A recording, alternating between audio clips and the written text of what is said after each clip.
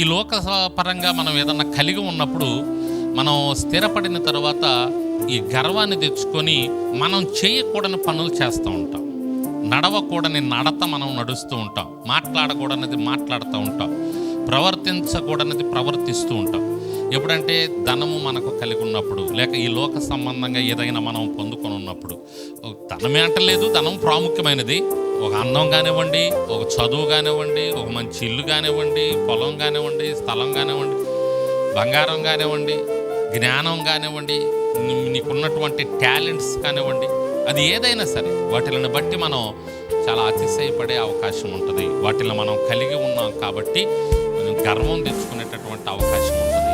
కాబట్టి ఈ సమయంలో మీకు నేను తెలియజేస్తున్నటువంటి విషయం ఏంటంటే, గర్వము రావటానికి కారణం ఈ లోక సంబంధమైనటువంటిది ఏదైనా మనం కలిగి ఉన్నప్పుడు.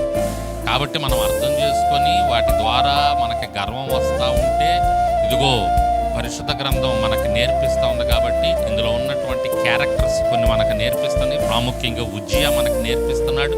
స్థిరపడిన తర్వాత గర్వపడ్డాడు.